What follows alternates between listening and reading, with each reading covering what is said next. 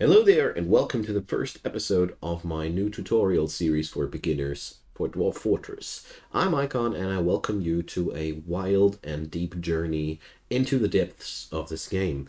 So, all in all, the goal of this series is to guide you through all the stuff you can do in this game in a understandable and user-friendly manner. I won't do overly optimized builds. I won't be going for the maximum efficiency of things. I want to give you a feeling about how each part of this game works, and then I'll leave you and your creativity up to what you can do with it. So, all in all, this is going to be quite a wild beast. I cannot promise that this entire series will be played in the same fortress because there's so much meat on the bone with this game that I highly doubt that we will have the ability to try out everything in just one fortress. But never forget, friends, losing is fun, especially in Dwarf Fortress, and losing a fortress is really part of the game, and restarting with all the stuff that you have experienced is always a fine and fun thing. You will find a link to the playlist below. While I'm recording this, there's a whopping single episode in there, but jokes aside, there will be different topics in this series. If you find a topic in Dwarf Fortress which isn't covered in this series, just drop me a comment and I'll see to that. And with that being said, I'd say it's finally time to start the game. So I have prepared a world, the Dimensions of Wonder, for our tutorial series. There has been no fortress there. It's as generic as it can be. I literally only said create a world. I didn't change anything. I only pressed OK. So it's going to be pretty much similar to your experience when you do the same. We're pressing Fortress here because Legends basically is giving you a pretty cool... Oh, well, let's do it for a moment. Legends is really a codex of everything that has happened on your world. You can check out the artifacts that are around, historical figures, check out the life history of the local, whatever she's called, dragon that died in the 19th year of this world. There's a lot to it. It's all procedurally generated. It's always unique for your world, and everything we do in the Fortress mode collaborates to this Legends mode, so it's a growing world. The longer you play it, the more you'll have to it. We're, of course, going to skip the tutorial because we're making a tutorial here. Thanks, game, though. And this is the world map. While I'm holding down the middle mouse wheel, I can scroll it around like that. Can also do this with WASD. I'm personally preferring this because it's smoother. So, yeah, hello, this is the world, and we're supposed to select a spot to build our own fortress at. The basic story that we're playing is that we originate from one of the local dwarven kingdoms, and we're an expeditionary party to set up a new spot for our kingdom. So everywhere here you can build up a fortress wherever you want. As a beginner, we're looking for a couple of things. First of all, we don't want to go for extreme climates. They are game challenging, and for a beginner, the game itself is challenging enough. And therefore, we're looking for the middle strip where the temperatures are warm, not hot or cold. So when you mouse over those grids, you see all that readout there. Temperate temperature to warm temperature, it's all fine. So that's where we're going to settle.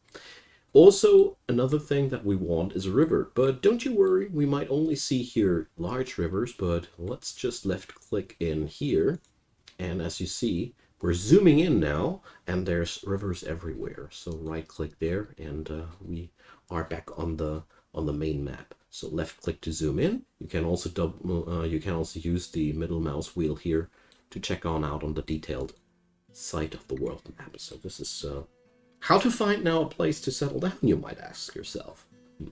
Well, we're going to look for a very, very simple thing. We're going to use find embark location, and I'm turning the presence of heavy aquifers off. What is a heavy aquifer, you might ask yourself now?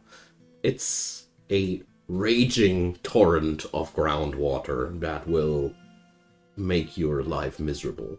So we're now telling the search engine to only look for grids that we can settle on that don't have this aquifer characteristic.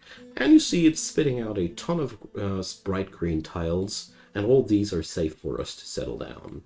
So a pretty simple equation: the higher up you are, the safer you are. So the closer you settle down to mountains, the less of a threat will be easily flung at you. And also look at these brown puddles there.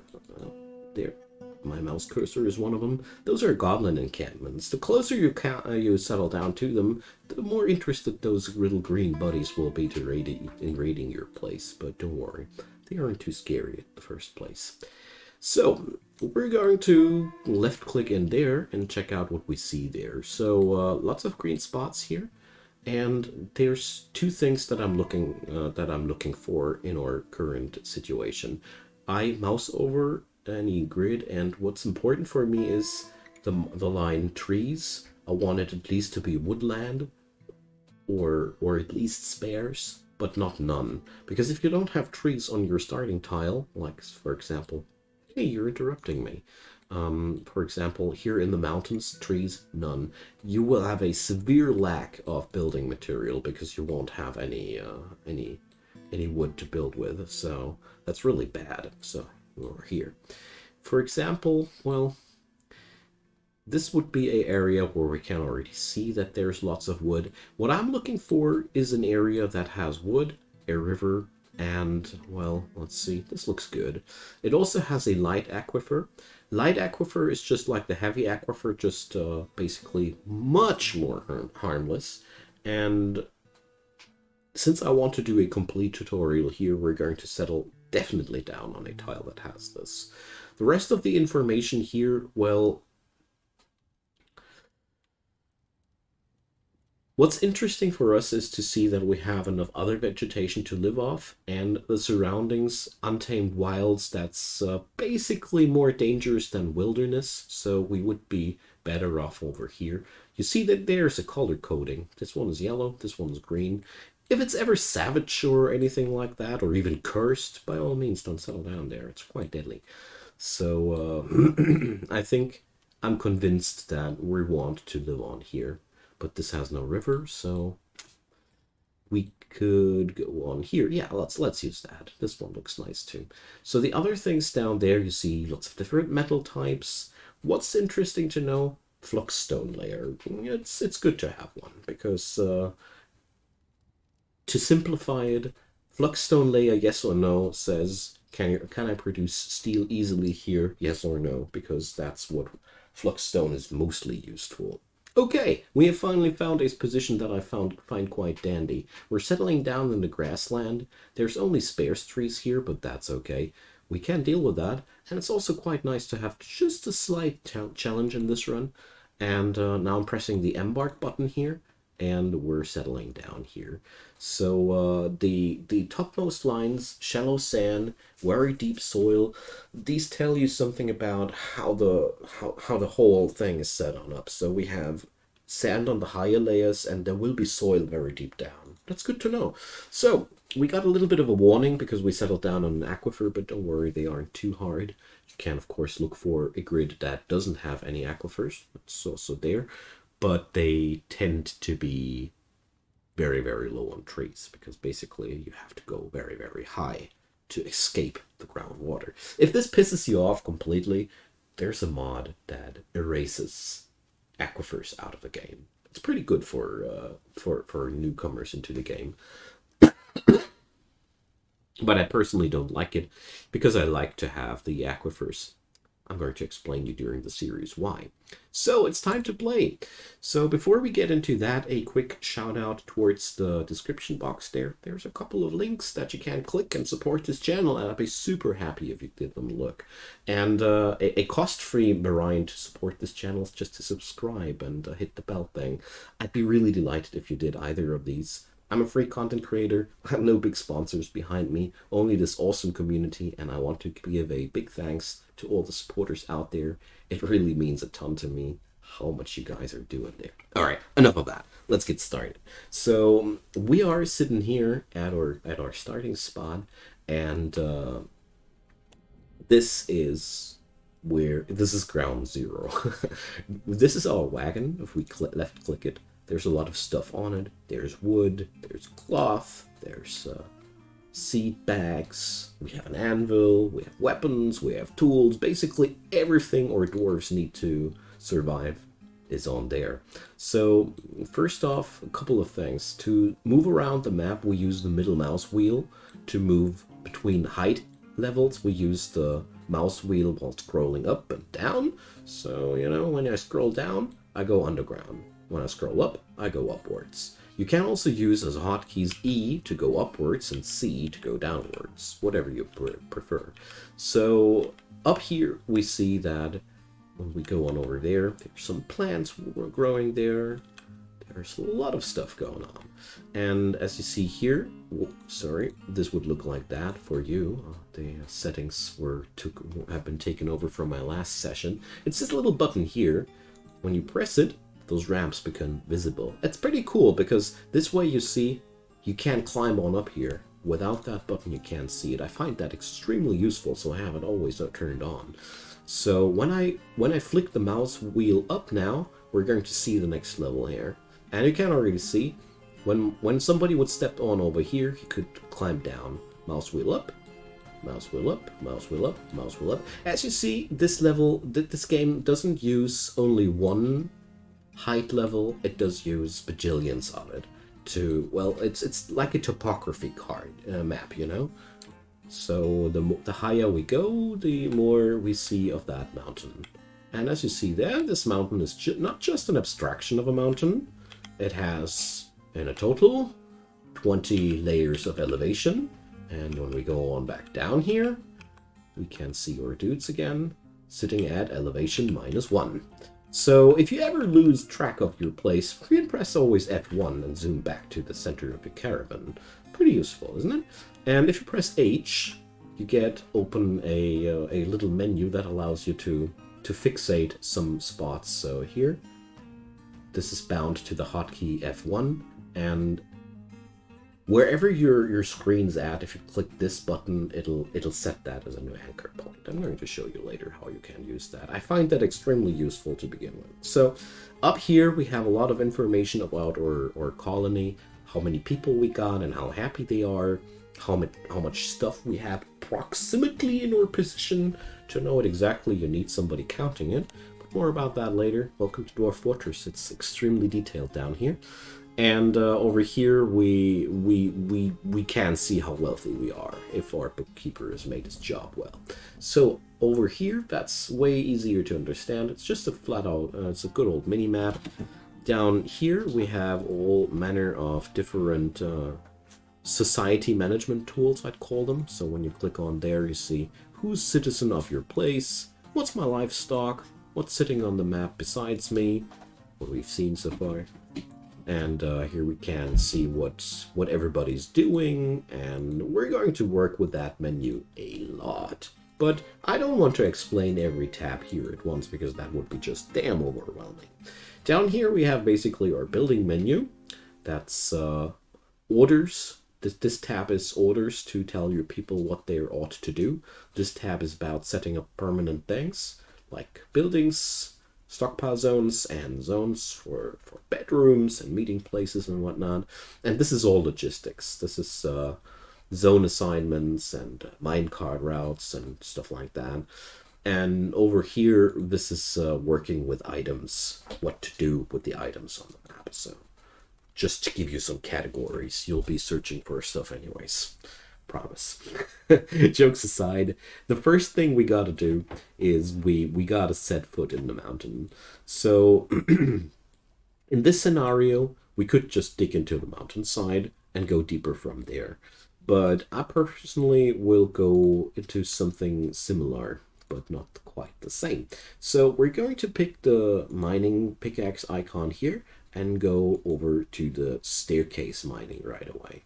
So I don't want to dig into the mountainside, simply because many maps won't have such a conveniently close by mountainside, and therefore I want to show you how to start on out, even if you don't have one. But by all means, you can use that. This game is pretty it's your decision how to go for that. So back to the staircase mining. You click that, and then first thing you do, you designate the origin tile. So we left click, and now we have that. We could drag and drop it. It's sticking to my mouse now, by the way. I clicked only once. Now I flicked the mouse wheel downwards, and I left click again. So now I told the game to to build a staircase that starts here and ends there. So press the space bar, or this little thingy here, to see what our people will do. So our mining dwarf went on over there. There's a staircase now here, and there's a staircase now there. Wonderful. We're underground now. So the next thing we're doing is we're digging out a bit of a tunnel, small one only. Release the dwarfs. And it's the same thing, just left click and then drag and then left click again too. You'll understand, that is very easy. And we go for another staircase down. So this level consists out of sand. It's basically just the topsoil of the local place. And here we have clay loam, so that's one layer deeper. I'm digging yet another such tunnel. I'm going to explain why in a second. And next staircase down. And we've struck water. So here you see there's a little water droplet icon here, and the game tells us we're not going to dig deeper here. That's the aquifer. That's the groundwater. If we dig down here, this place would fill with water slowly and become, at some point, unpassable because the groundwater has filled it up. So that's no problem. We have this level and that level to work with. That's, for starters, just all we need. So I won't settle down here because I don't like to settle down on the topmost shelf of the underground, because sooner or later we will get attacked, and I find it quite unwise to give your enemies such a short trip to the heart of my base. So I'm digging over into this direction now too. I just want to check out if the water is happening on the other side as well. But yeah, the answer is like that. Sometimes you get lucky and you can navigate around such a pocket of water. It's just like a deposit, you know? You can also dig around it. But since that's not the case, we're now digging out a large hole. That's the first thing that I'm going to do. This level is where we set up our first base. A starter base, because actually I'd personally like to settle down below that groundwater. But here's the thing, if I would be making this tutorial series not for beginners, I'd be just going downstairs and settling down below, because it ain't hard to breach that. But we're going to do that later. I personally find it also quite useful to have a base camp just a few layers below the earth where you can do things. Also, this area here will become very important for our farming, but more about that when we are about that topic. So we've dug out that chamber, and now we're going to designate this area as our dump off area, because here's the thing. Up here we have lots of valuable things, and did you know that the animals out here love to steal things? Now you know. So we're going to bring them into safety under the earth. So down here we have the stockpile menu. The first thing we do, we drag and drop a stockpile on over here, press accept, and then we get to select what stuff should be stored here. We select all. We just want to have this as basically a first dump off place for all these things. So we can think about it later. If this happens to you here, like that, and you want to expand it, just click into the stockpile zone, press the brush, and then you can fill those gaps quite easily. This way you can expand or even shrink the zone or remove it entirely. That's one thing worth noting. Or, well, you can shrink it, can't you? So when you want to smallen them, you have to remove them and repaint them, as far as I see. If you know how to fix that, let me know, because I don't. Okay, so now our dudes have some place where they can drop off their stuff. What's happening next is that they're all scuttling around and bringing all these items into safety. Wonderful, isn't it? So the next thing we're doing is we're going to dismantle that wagon because we're not going to need it anymore. We're not going to drive that thing anywhere. So I want to recover all those valuable wood logs that are stored in there. The hauling procedure takes quite a while, and until that's done, we might as well tell our animals where they can chill at. So pressing down here into the zone menu opens up a wide selection of things that you can get done here. We're only interested right now in one thing, the pen and pasture thing. So as you see there, you can designate tons of zones. I'm going to cover all that when it's time to cover them. Pen and pasture, very easy. You just click it, left click, drag and drop. A sufficiently large area. Sufficiently large means that you want to cover a lot of grass area because your animals should eat some, and then we accept.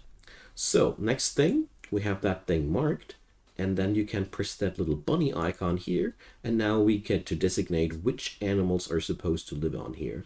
I want the horses and all the other animals, the livestock, to be stored on here, but the cats and the dogs, I don't want them to be in the pasture, simply because cats make themselves useful. They hunt vermin and such, and dogs, well, they are just very nice companion animals, and they make the people happy around them.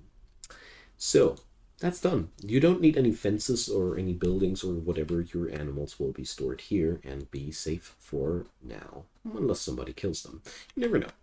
But let's get on over here, and we see that the storage gets filled little by little, and this place is getting full. Up here, it just will take a little bit longer, and now we have successfully left nothing above ground. So when we check on out here the area, you see that there's a couple of tree trunks around here. When you zoom up, you see that they have foliage and trees and all, and leaves and all. It's pretty magnificent. So we're going to get on over here and set up a chopping order, and I'm going to click like 2 or 3 or 4. Yeah, let's do this. So what's happening next? It's pretty clear, hey? So here we're killing off some trees, and our dudes are right away coming and carrying that stuff downwards. Wood is a very, very important and powerful building material, so we better use it. Okay, so what's next? We have now one big storage room, but that doesn't really make a fortress, doesn't it? So the next thing we want to do is we want to create a place where we do something out of all these materials, a workshop.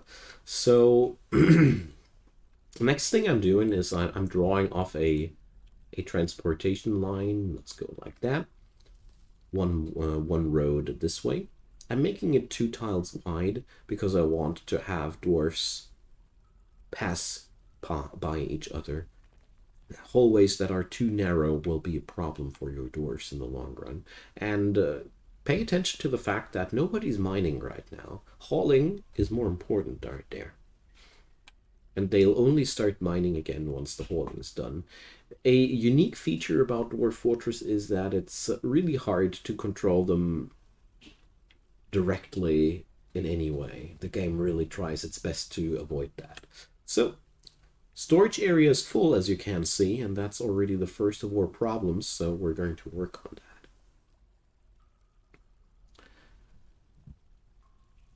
that. Okay, so after that tunnel's through, we're going to pick up a new rectangle like that. This big old hole, and this is going to be the next, this is going to be basically the storage for my crafters. I'm going to put up a very, very simple setup. So here we make some 3-on-3 chambers.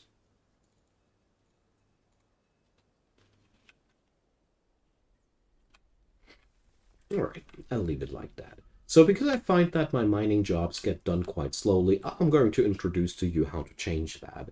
So we press the labor menu here, and this is basically where you assign certain jobs to certain dwarves. And here we see the jobs. mining, woodcutting, hunting, and so on and so forth. You can also create your own work details. We're going to do that during this series for sure, but not now. What we're looking for is we check out the miners. As we see here, only people that are selected to do mining are doing this. Woodcutters, the same. Hunters, the same. Planters, everybody does this, and so on. So we want to designate another dude as a mining dwarf, so the expedition leader gets the honors to swing a pickaxe as well. Your caravan starts by default with 3 pickaxes, so you could designate 3 miners by default if you'd want to. But from my experiences, 2 people are totally okay at the start. Now, we have that first chamber done, and now let's get on over into the building menu. The first thing we're going to see here is lots of different menus. I'm going to try my best to explain it quite quickly. So we have workshops, that's where we produce stuff. That's furniture, that's staffing out on new buildings, and the rest is just technical stuff that we can ignore for now. The trade depot is quite important, and we will build it above ground in the vicinity of our base. So we left click it, and now the game asks me what to build it out of. We have several different types of logs. I'm going to use the saguaro rib logs because I find it quite funny to build the trading depot out of the same materials that my wagon came with, right? So let's do this. And down here, what I want here, I'm going into the workshops. Bajillions of workshops flood down the screen now.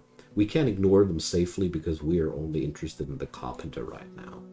So my plan for the series is to explain all these things bit by bit. So don't worry, I'm skipping out on some things, but I'll reach them eventually. I just want to keep this whole thing digestible. So we have now a carpenter. The carpenter is the workshop that processes those logs into something more useful. So when we add a new task, we see the entire catalog of things you can do at a carpenter's workshop. It's quite overwhelming, isn't it? The most interesting things at the start are beds, doors, and chairs. So we're going to start on out with a bed, 2 doors, and a chair. Alright, so these items now are supposed to be produced, and as you see there, one dwarf grabbed himself some wood and immediately started working. Great, so why not draw a new stockpile down here and tell the game to store, for the time being, all that wood over here. And to make sure that the wood is preferably here and not there, we click that stockpile and press this thing here. And this allows us to tell the stockpile from where it should draw its resources. And this icon and that. So now we taught that dude to grab all the wood from this stockpile. So basically all workers will now grab the wood from the above level, dump it somewhere, and then it will get sorted on over into there, and our carpenter has a merry, happy life where he doesn't have to carry all the logs. He already has to carve all that stuff. That's already a lot of work too. We're going to optimize this area over the course of this series a little bit more, but for now that's already quite nifty, isn't it? So, the last thing that I want to show you before this episode will find an end is how to make a bedroom and an office for your dwarves. So, we're going to dig another tunnel on over here. I'm going to go into the exactly different direction.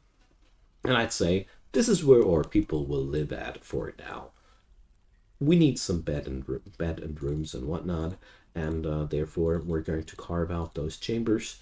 A 2-on-2 grid is completely okay. Don't worry. It's small, but it's okay. Alright, so now the first thing we do, we go on over into the furniture tab and we select the doors. We go on over into the doors tab and we select the doors to lock these things. So here by default it would look like that. We click there, we select which pair of wood doors we want to have, and now the thing, it resets. And if you don't want those resets, you can keep building after placement, and then it'll stay on the cursor. Especially useful if you want to place down several pieces of furniture in a row. So what happens next? Our dudes will pick up the crafted doors and set them on in there. Wonderful. Job's done. Now let's go down over into the furniture tab, select the bed, place it down here, and we go on over again and place the chair into the other room. There we go. So basically your dwarfs are now using that already as a bedroom. But if you go on over here into the zone designators and put it out as a bedroom, you can select who's going to sleep there. So we're going to go like this, and that's the bedroom now. We're actually going to paint it like that. So here we go, accept. And now this is the bedroom. You don't need to designate anybody to the bedroom. You can. Let's just say we want to give that to the expedition leader. If you don't do that manually, the game will do that automatically for you. And now we're going to set up an office into the other room. I always prefer this setting here, multi, where I just get the rest filled up like that, and I could draw another office right there. So what the office is good for and why we need it so desperately will be covered in the next episode. Now we have the utmost basics. We can process stuff. If you'd want to, you could now check on out all the other workshops and whatnot, and there's a lot of stuff already to discover. In the next episode, we're going to talk about how to set up a food production, how to automate things, and how to breach that little aquifer down there. Probably. I don't know yet, but it all depends on how much time I'll need with that. So, thanks for watching this far. I hope this helps you out. I do my best to keep things in a understandable order of action. So let me know how well that works. And if there's any questions, any topics you might want to see covered in this series, also let me know. Feel free to leave a thumbs up on that video, and yeah, I hope we're going to see each other again, or here, however you want to put it, in the next video again. Until then, stay safe, have a wonderful time, and see you soon.